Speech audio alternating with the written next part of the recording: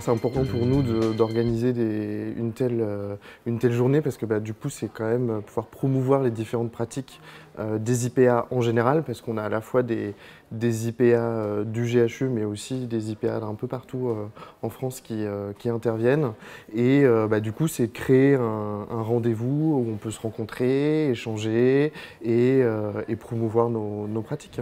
Toujours important de se réunir, de se rencontrer, déjà pour partager les pratiques, avoir d'autres points de vue, axes de travail potentiels, et puis surtout avoir des idées nouvelles à mettre en place sur nos structures, puis se permettre de parler du métier et puis de le faire connaître un peu à des personnes qui pourraient vouloir découvrir davantage ce que c'est que l'IPA et puis ce qu'on peut faire. Ça permet aussi d'aller sentir le pouls de ce qui se passe un petit peu ailleurs. Et ce matin, j'ai été vraiment agréablement surprise des interventions et j'ai trouvé qu'elles étaient très pertinentes.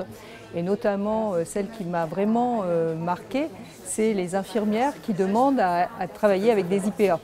Il y a de cela 4 ans, on n'aurait jamais imaginé qu'une infirmière puisse demander de travailler avec une infirmière en pratique avancée, parce que c'était une vraie crainte, parce qu'elles avaient peur qu'on prenne leur place.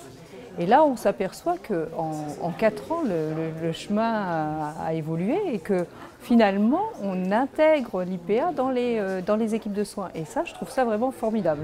Moi, j'ai été très content d'avoir été invité à venir présenter le modèle québécois. Je pense que c'est très important de réseauter avec l'ensemble des IPA. Ça permet de prendre le bon de chaque bord et de faire évoluer la pratique infirmière avancée. C'est essentiel pour l'accessibilité aux soins de la population, puis de permettre aux infirmiers et infirmières de travailler sur leur plein potentiel de compétences.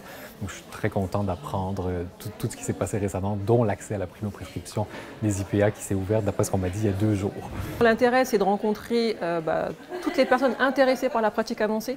Donc pas que des infirmiers, on peut avoir des médecins, des cadres, des assistantes sociales, des psychomotriciennes, enfin voilà. C'est aussi pour mettre en lumière notre exercice, qui n'est pas simple aussi à comprendre. On peut effectivement lire des choses dans les revues et autres, mais ce n'est pas forcément suffisant. Et de venir nous rencontrer lors de ces journées, je pense que c'est beaucoup plus parlant et intéressant peut-être pour tout le monde au final.